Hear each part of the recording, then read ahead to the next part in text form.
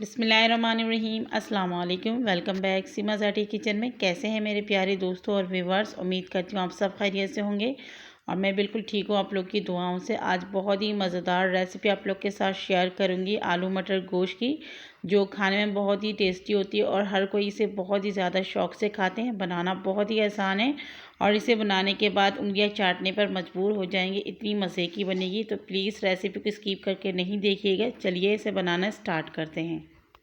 तो स्टार्ट करते हैं। सबसे पहले यहाँ पर हमने ले लिए हैं कढ़ाई। आप कोई सा भी पैन लीजिएगा और नीचे चूल्हे को आपने ऑन कर लेना है। 1/3 कप ऑयल डालकर आपने ऑयल को अच्छी तरीके से गर्म कर लेना है। जब ऑयल गर्म हो जाए तो आप यहाँ पर एक बड़े साइज़ के प्याज डाल दीजिएगा। मैंने यहाँ पर छोटे साइज़ के 2 यानी कि मीडियम साइज़ के प्याज थे, वो मैंने स्लाइस में बारीक कट करके डाल दिया है। फ्लेम को यहाँ पर हाई करके आपने इसको फ्राई करते जाना है, मतलब इसको आपने गोल्डन करना है। उससे पहले आपने क्या करना है मैं तमाम चीज़ें आपको बताऊँगी।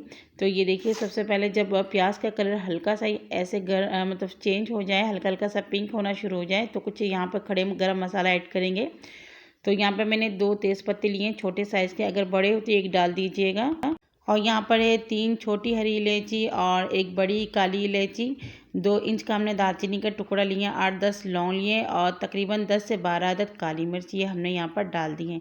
अगर हरी इलायची आपके पास ज़्यादा छोटे हैं तो यहाँ पर आप 5 लीजिएगा। मेरे पास बड़े वाले थे जिसके अंदर अच्छे खासे दाने होते, तो मैंने यहाँ पर 3 लिए।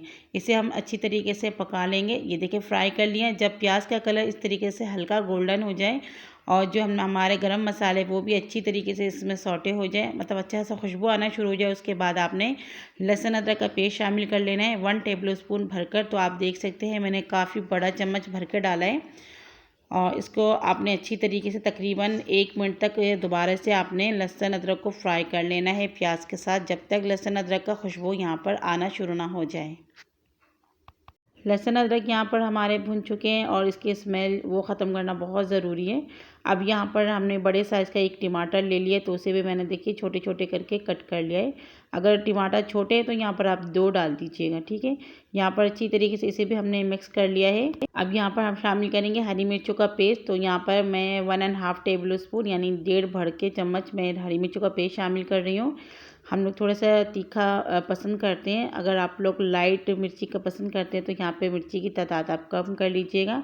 इसे भी हमने यहाँ पर अच्छी तरीके से मिक्स कर लिया है और यहाँ पर मैंने थोड़ा सा यानी कि आधा कप से भी थोड़ा मैंने पानी शामिल किया है। फ्लेम को मीडियम करेंगे और यहाँ पे कुछ और मसाला शामिल करेंगे ताकि जो मसाले हमारे जले नहीं, इसलिए मैंने पहले ही पानी शामिल कर लिया। 1.5 टीस्पून नमक शामिल करेंगे या हस्बे ज़रूरत जितना आपको अच्छा लगे। 1 टेबलस्पून हमने यहाँ पर ज़ीरा पाउडर शामिल कर लिया है। 1/2 टेबलस्पून यहाँ पर लाल मिर्चों का पाउडर शामिल करेंगे और 1.5 टेबलस्पून यहाँ पर धनिया पाउडर शामिल करेंगे। धनिया पाउडर आपने थोड़ा सा यहाँ पे ज़्यादा ही डालना है, इसका फ्लेवर बहुत ही अच्छा आता है। और 1/2 टेबलस्पून यहाँ पर हल्दी पाउडर शामिल करेंगे। 1/2 टीस्पून हम यहाँ पर कुटी लाल मिर्च शामिल करेंगे। तो कुटी लाल मिर्च आपने थोड़ा सा कम ही डालना है क्योंकि हमने वैसे भी बहुत सारे मसाले इसके अंदर ऐड किए हैं। और बस यहाँ पर फ्लेम को मीडियम करके हम अच्छी तरीके से इसकी भुनाई करेंगे 2 मिनट तक। जब तक यहाँ पर मैंने देखें आधा किलो मैंने गोश्त ले लिए हैं। आप चाहे इस रेसिपी को चिकन के अंदर भी बना सकते हैं। और ये मैंने हड्डी वाली जो गोश्त है वो लिए, इसका फ्लेवर बहुत ही अच्छा आता है हड्डी वाली गोश्त की।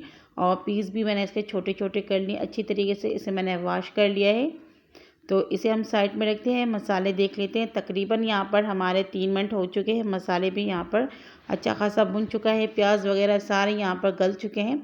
तो यहाँ पर आपने इसको थोड़ा सा और पकाना है ताकि ऑयल सेपरेट हो जाए। तो ये देखिए ऑयल सेपरेट हो गए। अब इसके अंदर हम गोश्त शामिल कर लेंगे। तो यहाँ पर देखिए गोश्त डालने के बाद आपने फ्लेम को तेज़ कर लेना है, चूल्हे की आंच को, ठीक है। और हाई फ्लेम करके तकरीबन 4-5 मिनट आपने यहाँ पर गोश्त की भुनाई करनी है। जो गोश्त के अंदर जो पानी होता है आपने यहीं पर ही भुनाई करते वक्त उस पानी को ड्राई करना है ताकि गोश्त के अंदर अगर कोई स्मेल वगैरह हो वो ख़त्म हो जाए। और बहुत सारे लोगों को अजीब भी लगता है ना, तो मैं तो ख़ास तौर पे इसकी भुनाई बहुत ही अच्छी करती हूँ। बाद में भी होगी लेकिन जो फर्स्ट भुनाई है वो आपने इस तरीके से करते जाना है। जब तक हम लोग यहाँ पे गोश्त की बुनाई कर रहे हैं, आप लोग रेसिपी देख रहे हैं, तो प्लीज़ आप लोगों से दरख्वास्त करती हूँ रेसिपी को देखते देखते सब्सक्राइब के बटन को क्लिक कर लीजिए और ऑल के बटन को भी ज़रूर क्लिक कीजिएगा। यहाँ पर देखिए गोश्त हमारे अच्छी तरीके से भुन चुके हैं। अब इसे हमने गलाना है। गलाने के लिए यहाँ पर हमने 1 गिलास पानी शामिल कर लिया है और फ्लेम को यहाँ पर हमने हाई पे रखा हुआ है ताकि इसमें जल्दी से उबाल आ जाए। तो यहाँ पर देखिए, जब इसके अंदर इस तरीके से उबाल आना शुरू हो जाए, आपने फ्लेम को करना है मीडियम टू लो पर और इसे तकरीबन 20 से 25 मिनट के लिए आपने कवर करके रख देना है। तो यहाँ पर 20-25 मिनट हो चुके हैं। मैंने बीच में 1-2 दफ़ा चेक कर लिया था। ऐसा नहीं हो कि आप चेक नहीं करो और रेसिपी आपकी ख़राब हो जाए, जल जाए, तो आपने लाजमी इसे चेक करते जाना है। तो यहाँ पर अभी भी आपको थोड़े थोड़े पानी नज़र आ रहे हैं और फिर इसको आपने मीडियम टू हाई करके इस पानी को बिल्कुल खुश्क कर लेना है, यानी कि अच्छी तरीके से भुनाई करनी है ताकि इसमें से ऑयल सेपरेट हो जाए। और ये बहुत ही मेन है, इसे लाजमी करना होता है। रेसिपी अच्छी लग रही है तो प्लीज़ लाइक के बटन को क्लिक कर लीजिए और आपका कुछ भी नहीं जाएगा, ये आप लोग की तरफ से प्यार होता है, इससे हमारी बहुत ही हिम्मत अफजाई होती है। तो यहाँ पर देख सकते हैं मैंने मसाले बहुत ही अच्छी तरीके से भून ली गोश्त के साथ। अब यहाँ पर हमने हाफ़ केजी आलू ले लिए, जिसके मैंने छिलके उतार के छोटे छोटे पीसेस में कट कर लिया था। ये देखिए, फ्लेम को हाई करके इसे भी हम मिक्स कर लेंगे। और यहाँ पर हमने 1 कप भरकर मटर ले लिया है, क्योंकि अभी मटर का सीज़न है। आप मटर किसी भी तरीके से किसी भी चीज़ के अंदर डालकर इस्तेमाल कर सकते हैं, बहुत ही अच्छे मज़ेदार लगते हैं।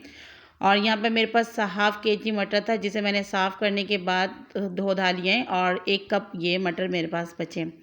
मटर और आलू डालने के बाद भी इसकी भुनाई बहुत ज़रूरी होती है, क्योंकि सब्ज़ियों की भुनाई भी बहुत ज़रूरी होती है। सब्ज़ी को यहाँ पर हमने तकरीबन 3 मिनट हाई फ्लेम करके भूनना है, ताकि जो मटर आलू का पानी है वो भी यहाँ पर सेपरेट हो जाए। ये देखिए, जब पानी इसमें से खुश्क हो जाते हैं तो ऑयल इस तरीके से सेपरेट हो जाते हैं और इसका फ्लेवर बहुत ही अच्छा आता है। तो आप लोगों ने मटर आलू डालने के बाद 3-4 मिनट इसको हाई फ्लेम करके भून लेना है। जब मटर आलू इस तरीके से भुन जाए तो इसके अंदर जो आपने ग्रेवी डालने है अपनी पसंदीदा तरीके से डाल दीजिएगा। तो यहाँ पर मैं डाल रही हूँ, तकरीबन मैंने यहाँ पर अभी डाल दिया है 1 गिलास से थोड़ा सा ज़्यादा, लेकिन ये ग्रेवी मुझे कम लग रहा है क्योंकि पकने के बाद मुझे इतना चाहिए, तो मैंने यहाँ पर आधा गिलास और शामिल कर लिया। तकरीबन मैंने यहाँ पर 2 गिलास पानी शामिल किया है। फ्लेम को यहाँ पर हमने हाई पर ही रखा हुआ है ताकि इसमें से जल्दी से उबाल आ जाए। जब इसमें इस तरीके से बॉयल आना शुरू हो जाएंगे, फ्लेम को यहाँ पर मीडियम पे करके तकरीबन 10 से 12 मिनट के लिए कवर करेंगे ताकि आलू और मटर गल जाएं। तो मेरे प्यारे व्यूअर्स, यहाँ पर देख सकते हैं मैंने मीडियम फ्लेम में इसे कवर करके रखा है और जब मैंने इसका कवर हटाया, माशाल्लाह बहुत ही इसमें से अच्छा सा खुशबू आना शुरू हो चुका था। और इसके अंदर जो मैंने ग्रेवी रखी वो आप खुद देख सकते हैं, बहुत ज़्यादा नहीं है, बिल्कुल ज़बरदस्त इसका जो कंसिस्टेंसी है। अब यहाँ पर हम इसे और ज़्यादा मज़ीद फ्लेवरफुल मज़ेदार बनाने के लिए हरा धनिया डालेंगे। ये बहुत ही ज़रूरी है, लाजमी डालिएगा। 2 मिनट के लिए इसे मीडियम फ्लेम में फिर से कवर कर देंगे। तो यहाँ देखिए 2 मिनट हो चुके हैं और यहाँ पर हमने कवर को हटा लिया। तो माशाल्लाह बहुत ही ज़बरदस्त लुक है।